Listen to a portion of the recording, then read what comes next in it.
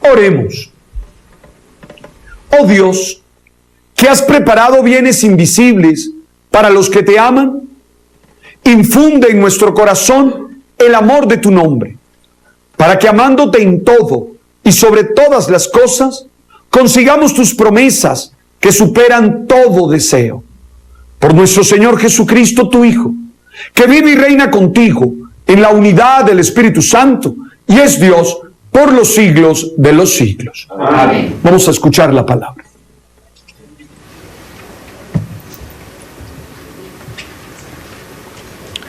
En la liturgia de hoy escucharemos al Señor que nos dice: mi casa se llamará casa de oración para todos los pueblos. Que esta invitación del Padre nos permita abrir nuestro corazón y nuestra vida para todos los que necesiten una palabra de ánimo y de esperanza, recordando que todos somos parte del pueblo de Dios.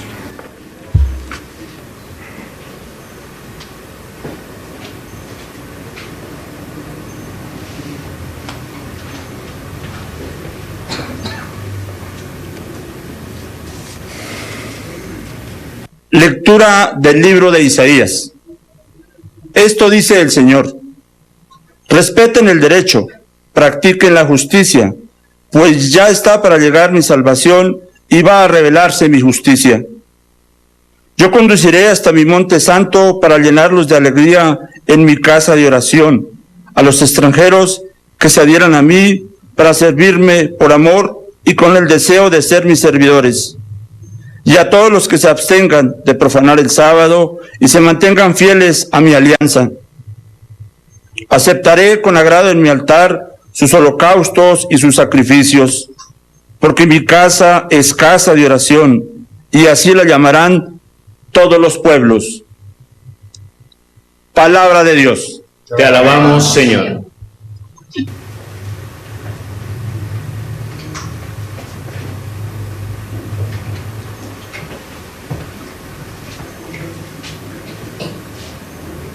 Que te alaben, oh Dios, todos los pueblos de la tierra. Que te alaben, oh Dios, todos los pueblos de la tierra. El Señor tenga piedad y nos bendiga. Ilumine su rostro sobre nosotros. Conozca la tierra tus caminos, todos los pueblos tu salvación. Que te alaben, oh Dios, todos los pueblos de la tierra.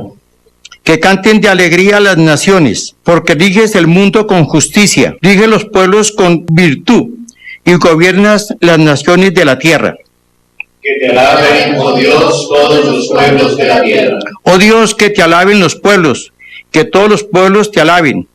Que Dios nos bendiga, que le teman hasta los confines del orbe. Que te alaben, oh Dios, todos los pueblos de la tierra.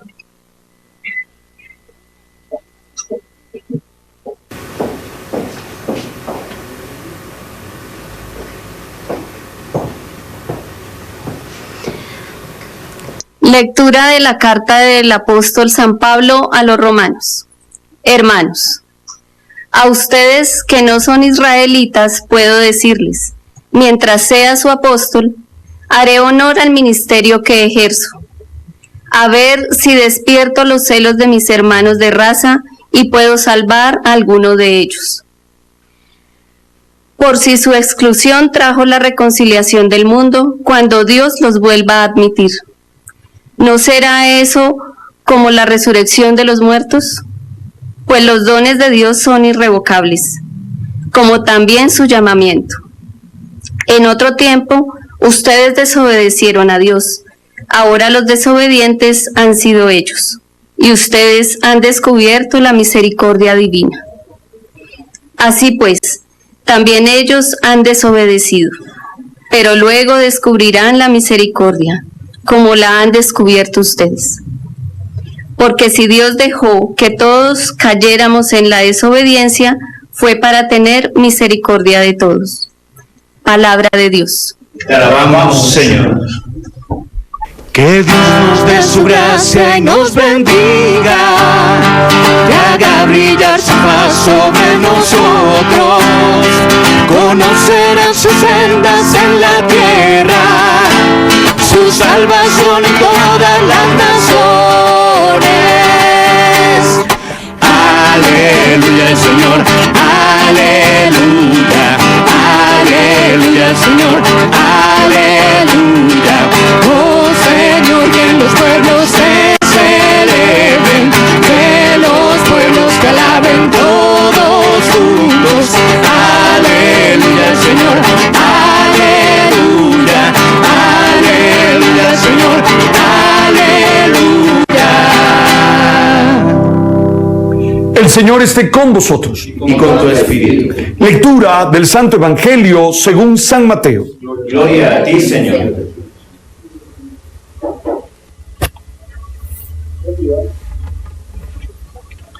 Salió Jesús y se fue a la región de Tiro y Sidón. Y una mujer cananea de aquellos lugares salió al camino y se puso a gritar: ten compasión de mí, Señor, hijo de David.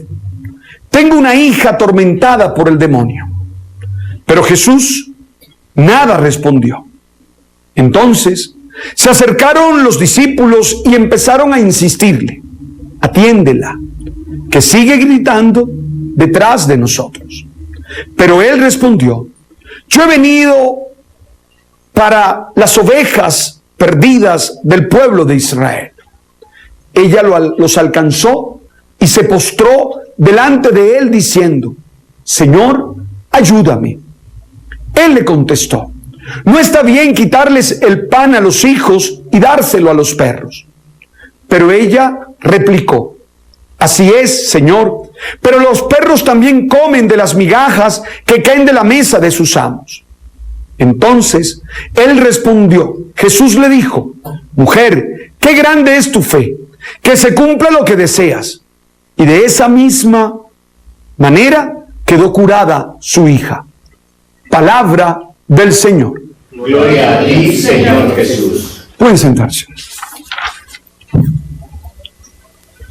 Quisiera referirme primero al texto de Isaías que acabamos de escuchar. Ese texto o ese trozo del profeta Isaías pertenece a lo que llamamos el tercer Isaías. Recuerda que por las características teológicas, que por los temas y que aún por la geografía misma, encontramos que el libro de Isaías por lo menos tiene tres partes. La primera, preexílica, antes del exilio de Babilonia. La segunda, que es propiamente exílica, es decir, el Deutero-Isaías, el segundo Isaías, cuando están en pleno exilio. Y la tercera, post-exílico. Este texto pertenece al post-exilio. Y ahí tenemos que entender lo que está diciendo el profeta. Ya han regresado de Babilonia a la tierra prometida. Han regresado ya a Jerusalén. Y han comenzado a hacer un trabajo terrible, que es el trabajo de reconstrucción. Que es un trabajo físico, porque hay que reconstruir la ciudad que había sido destrozada, destruida. Pero también es todo un trabajo espiritual, porque hay que reconstruir la comunidad, el pueblo, que después de 60 años de exilio ha perdido muchas cosas. Y ahí surge un problema. Son 60 años. O sea, no es 2 días ni 3 días, 60 años. Y eso implica que mucha gente del extranjero, que mucha gente cananea ha comenzado a vivir ahí y ha traído sus costumbres, sus experiencias religiosas, sus experiencias culticas. Y entonces cuando regresa el pueblo, se encuentra con que ya no está solamente Israel allí, ya no está solamente el pueblo de Dios allí, sino que hay extranjeros, que hay otros. Y la respuesta es, ¿qué se hace? ¿Qué se hace? Y recuerdan ustedes que Esdras y Nehemías son duros.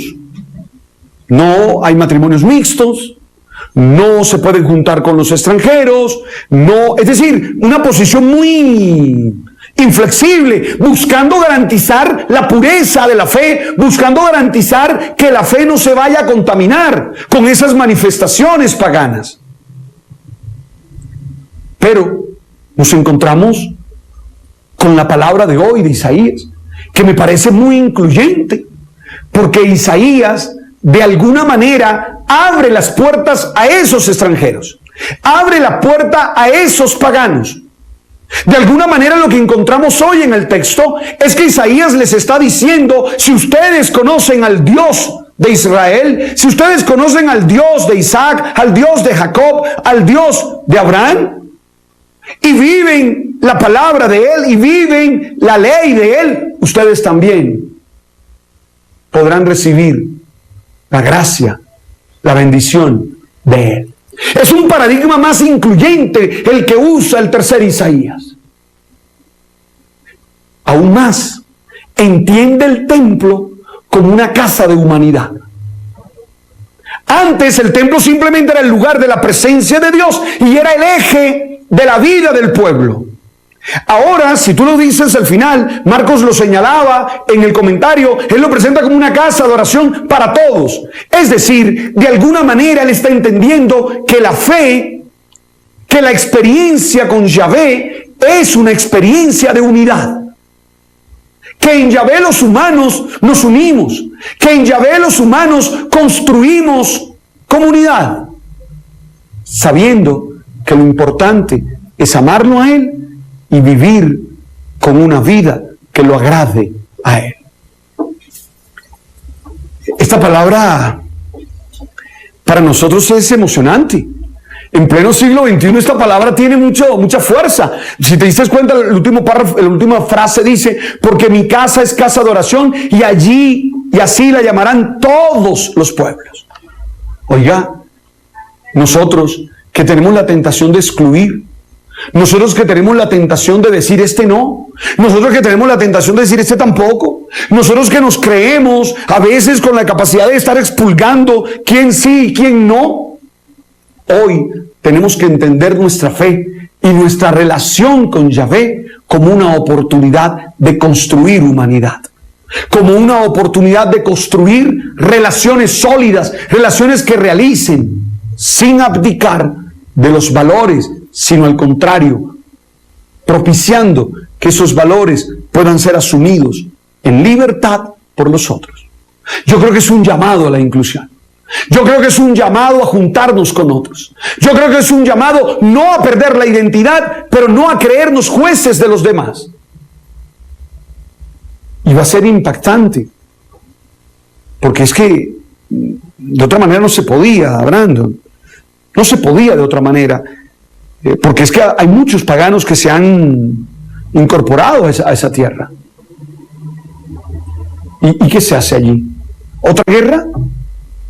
¿Se les expulsa otra vez en otra guerra como las que ellos ya habían tenido en la conquista de la tierra? ¿Y que narra el libro de Josué? ¿O se busca la manera de dar testimonio, de vivir a la manera de Dios y de propiciar con eso un encuentro con ellos? Amén. Amén. El texto es una invitación a vivir en un paradigma de inclusión. Y sí que necesitamos un paradigma de inclusión en estos días. A todo nivel religioso, a nivel social, a todo nivel. Necesitamos construir espacios donde todos podamos estar.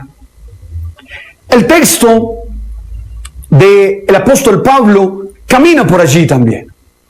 Pablo le está hablando a los cristianos de Roma, que antes eran paganos. Y Pablo está usando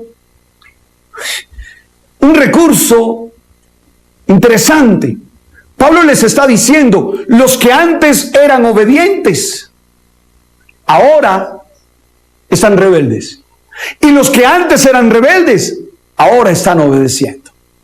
Porque Pablo parte que la fe es para el pueblo de Dios, para el pueblo de Israel. Y ellos eran los obedientes, ¿verdad? Durante muchos años fueron eso, hombres y mujeres que entendieron lo que Dios les estaba diciendo, pero rechazaron a Jesús y se volvieron rebeldes. Y los paganos, aquellos que no tenían por qué conocer, han abierto el corazón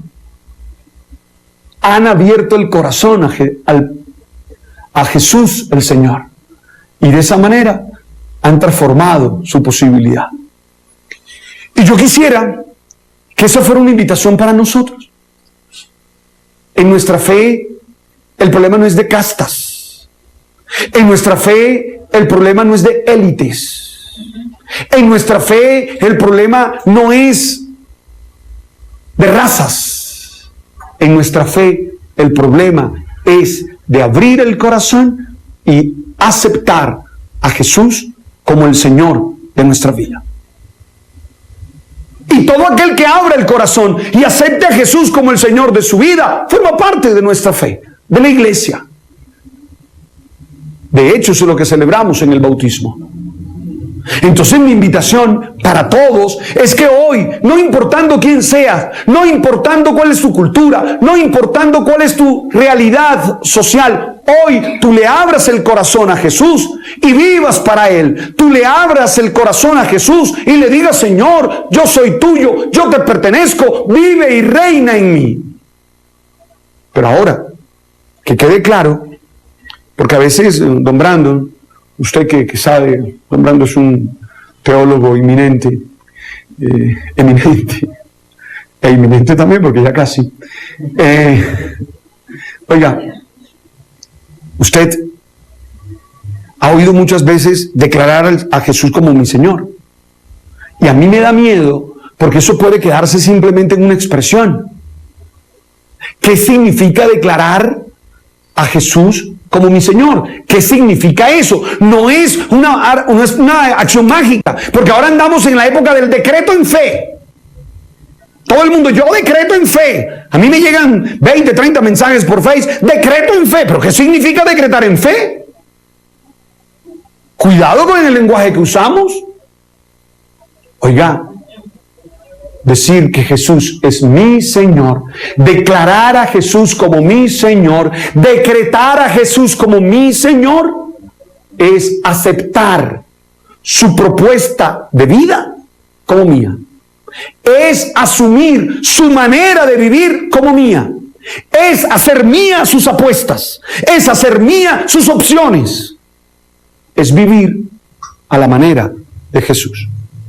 No se puede decir que acepto a Jesús como mi Señor si en mi vida los demás no pueden encontrar las opciones de Jesús.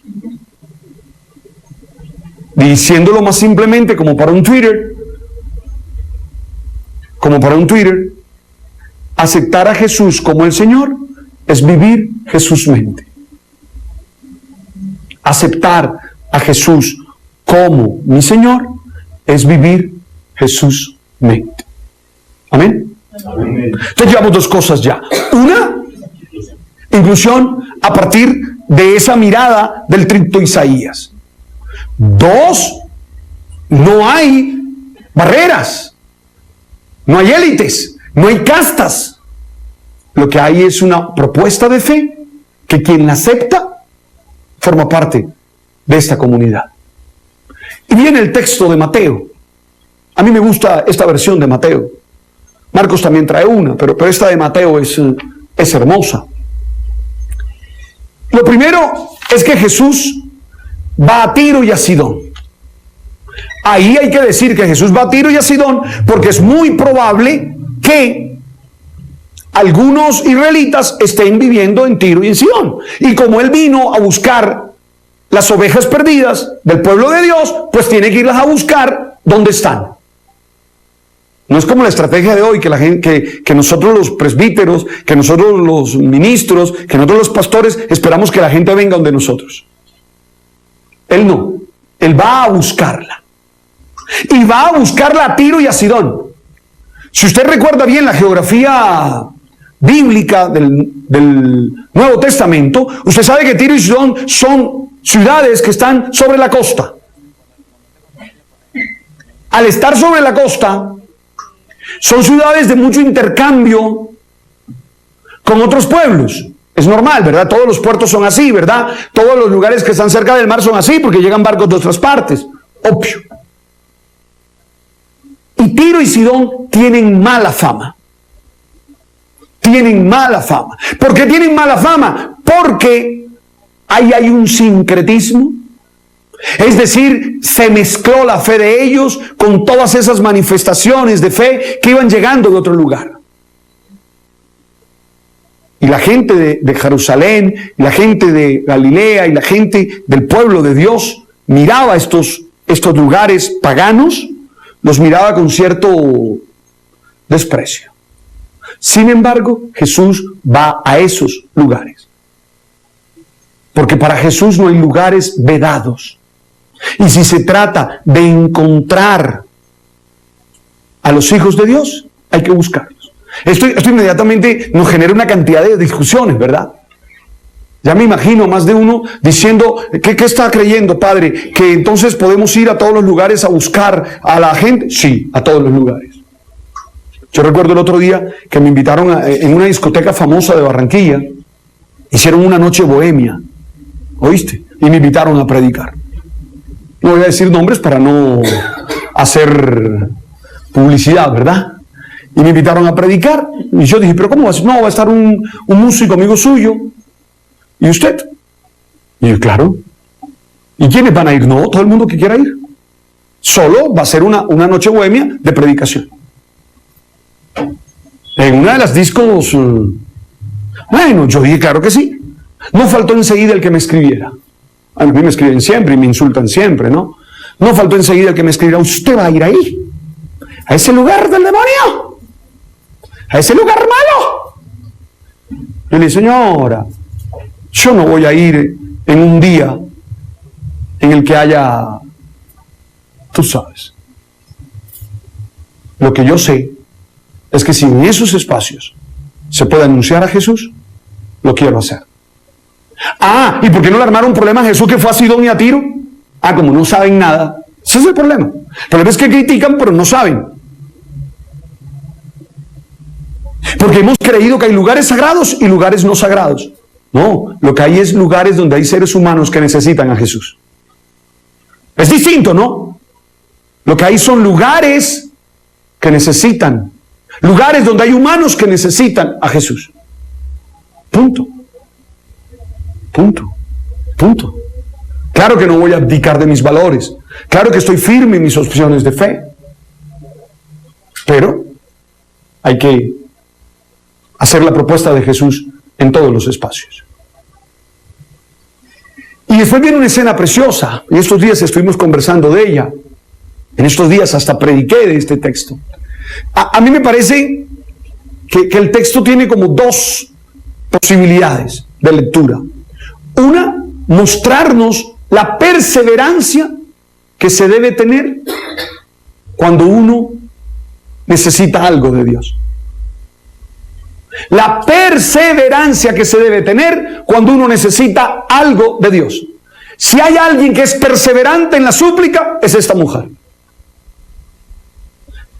Le pide a Jesús y Jesús no le para bolas. Dice el texto que Jesús, los apóstoles van a interceder y Jesús no le para bolas. Ella los alcanza, se postra y le pide, y lo primero que encuentra de Jesús es un no. Sin embargo, no se da por vencida y sigue haciendo su súplica. Y yo creo que allí hay una enseñanza para nosotros. Y yo creo que allí hay una palabra interesante para nosotros. Y yo creo que allí hay una tarea para nosotros. Quien quiera vivir la bendición de Dios, tiene que luchar por ella. Quien quiera vivir la bendición de Dios tiene que luchar por ella. Nuestra súplica tiene que ser perseverante. Y si nos dicen no una vez, seguimos pidiendo. Y si nos dicen 2 veces no, seguimos pidiendo. Hasta que el Señor de la vida actúe en favor nuestro. Yo sé que para hombres del siglo XXI, hombres de esta vida rápida, esta slide nuestra, es complicado, ¿verdad? Porque para nosotros todo es rápido. Uno hunde un botón y ahí lo tiene. Uno manda algo y ahí lo tiene. Uno hace así y caen las cosas. Pero en la fe no es así. En la fe hay que ser perseverante. No te des por vencido como esta sirofenicia, como esta cananea no se dio por vencida.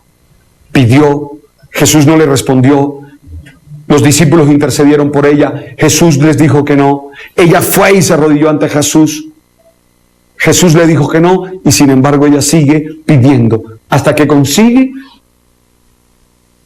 la bendición que estaba buscando. Yo creo que esta palabra hoy es una invitación a ser perseverantes en la fe, a ser perseverantes en nuestra súplica, a no darnos por vencidos fácilmente, a no creer que eso tiene que ser mágico. Luche, esfuércese en la fe y tenga la certeza que el que persevera alcanza. Esa podría ser una primera lectura. Una segunda lectura podría ser encontrar aquí el esquema de una petición, el esquema de una súplica. Cuando nosotros oramos al Señor, a veces no sabemos qué hacer. Pues bueno, aquí habría una súplica, una manera de hacerlo, que podría tener 4 elementos. Lo primero, percibir que Jesús está pasando, que Jesús está cerca, y hacer el llamado, gritar la necesidad. Eso es lo primero. Yo me imagino que ella se enteró de que Jesús venía a Sidón y a Tiro. Yo no sé si eso lo anunciaban en el Instagram, yo no sé si lo anunciaban en el Facebook, yo no sé dónde lo anunciaban, pero ella se enteró. Como tenemos que enterarnos de que Jesús está vivo y de que Jesús está pasando por nuestra vida. Ella se enteró. Se entera y ¿qué hace? Grita su necesidad. ¿Y cómo grita su necesidad? Reconociendo quién es Jesús y pidiendo compasión. Se entera y grita su necesidad. ¿Y cómo grita su necesidad? Reconociendo quién es Jesús, hijo de David, y pidiendo compasión. Eso es lo primero. Y creo que todos nosotros estamos invitados a eso. Percatémonos del paso de Jesús. Percatémonos de que Jesús está cerca de nosotros. Tomemos conciencia de que Jesús no está lejos, de que Jesús no nos ha dejado, de que Jesús está ahí a nuestro lado. Y digámosle lo que necesitamos. Gritemos lo que necesitamos. Segundo, tengamos la certeza de que no es fácil, pero que si tenemos fe, lo alcanzaremos. Para mí, el segundo tiene que ver con la intercesión. El segundo momento tiene que ver con la intercesión. Yo no sé si ella le dijo a los apóstoles que le ayudaran, yo no sé eso. Yo no sé si fue que de tanto molestar a ella, los apóstoles dijeron, quitémonos esta vieja de encima. Yo no sé. Pero lo que yo sí sé es que si el primer paso es el percatarse individualmente, personalmente, que Jesús va pasando y le grito mi necesidad, el segundo es buscar ayuda. El segundo es propiciar la ayuda, propiciar la intercesión. ¿Sí? Y los discípulos hacen eso. Tercero, a mí me fascina que el texto dice que ella los alcanzó. Porque parece que Jesús siguió caminando, ¿no? Es decir, parece que no solo no le respondió, sino que además de eso siguió su camino. Y el texto dice que ella lo alcanzó y se postró. Ese es el tercer momento. Si el primer momento es percatarse que él pasaba y contarle la necesidad, si el segundo momento es propiciar la intercesión, buscar ayuda, el tercer momento es hacer lo posible por volverlo a alcanzar y postrarse ante él y pedirle ayuda. ¿Y usted sabe lo que significa postrarse? Significa reconocerlo como el Señor, significa reconocerlo como el absoluto, significa reconocerlo como el que todo lo puede, significa reconocerlo como quien tiene poder para hacerlo. Y el cuarto es tener fe. Porque uno puede cumplir los 3 primeros pasos sin tener fe. Yo conozco gente que se percata que Jesús pasa, que le cuenta lo que necesita, que busca que otros intercedan, que hasta se postra ante Él, pero no cree en Jesús. No cree en el poder de Jesús. La manera como esta mujer le dice a Jesús: no hay problema, es el pan de los hijos, pero de la mesa de los hijos caen migajas para que los perritos las coman. Es una expresión de fe inmensa. Fe. Ahí tiene 4 momentos para hacer la oración. 4 momentos para hacer la súplica. Muchos dicen: Padre, yo no sé cómo orar. Padre, yo no sé cómo suplicar. Bueno, ahí tiene 4 pasos a partir de ese texto. Y lo importante es saber que Jesús responde. Que Jesús responde. Y hoy quisiera que ustedes lo pensaran conmigo y lo reflexionaran. Jesús responde. Y dice el texto que en ese mismo momento la hija quedó sana. ¿Cuántas mamás, cuántos papás sufriendo por sus hijos hoy? Ojalá podamos ir hasta donde Él y decirle a Él lo que nos hace falta para que Él actúe, lo que nos hace falta para que Él ayude, lo que nos hace falta para poder seguir adelante. Amén. Entonces tenemos el texto Isaías con la casa de oración para todos, el templo como, sí, el templo como lugar de inclusión, el templo como lugar de construcción de humanidad. Qué emocionante eso, esa frase me gustó. 2, saber que no es de élites, ni de clases, ni de razas, sino de abrirle el corazón y aceptarlo a Él como el Señor de nuestra vida. Y 3, 2 posibilidades. 1, mantener nuestra perseverancia al pedir algo. Y 2, ese esquema de fe que hemos encontrado. Amén. Amén. Vamos a reflexionar un momentito en silencio esta palabra.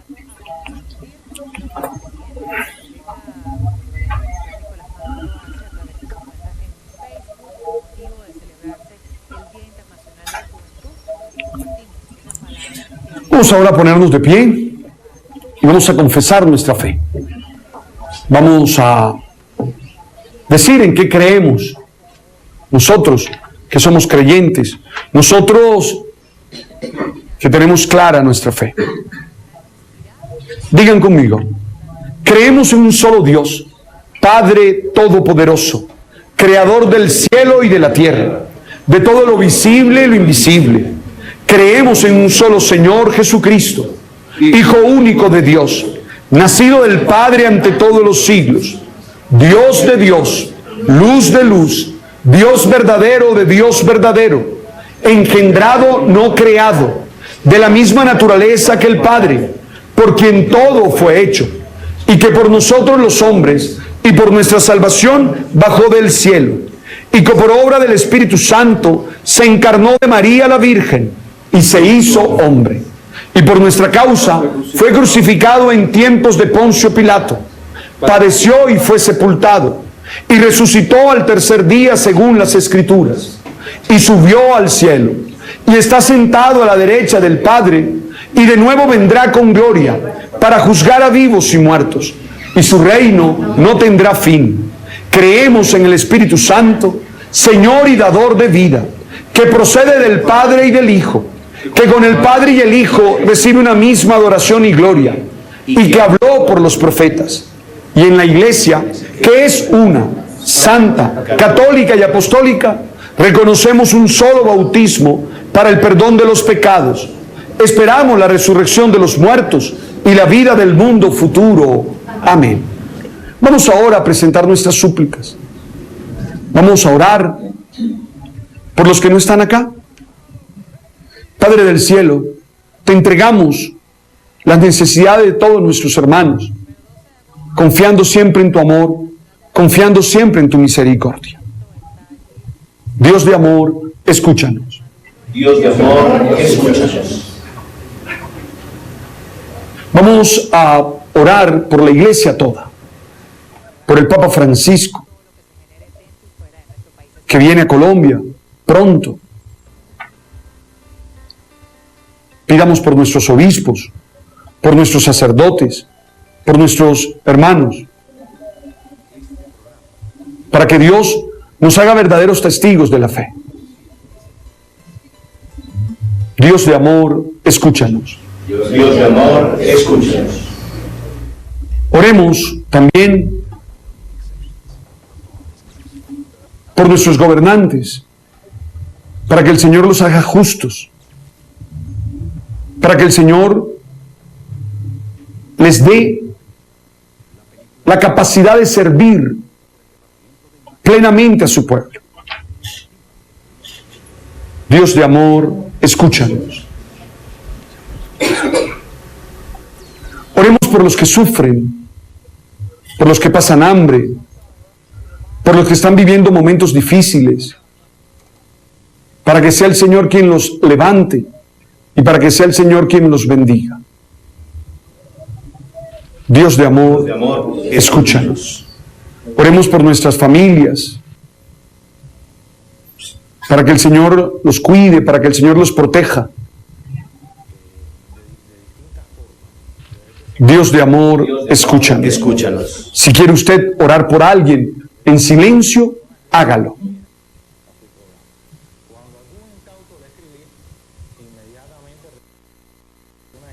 Señor, todo esto te lo pedimos a ti, que eres un Dios grande, que eres un Dios poderoso. Te lo pedimos con la certeza de que tú lo haces realidad por amor.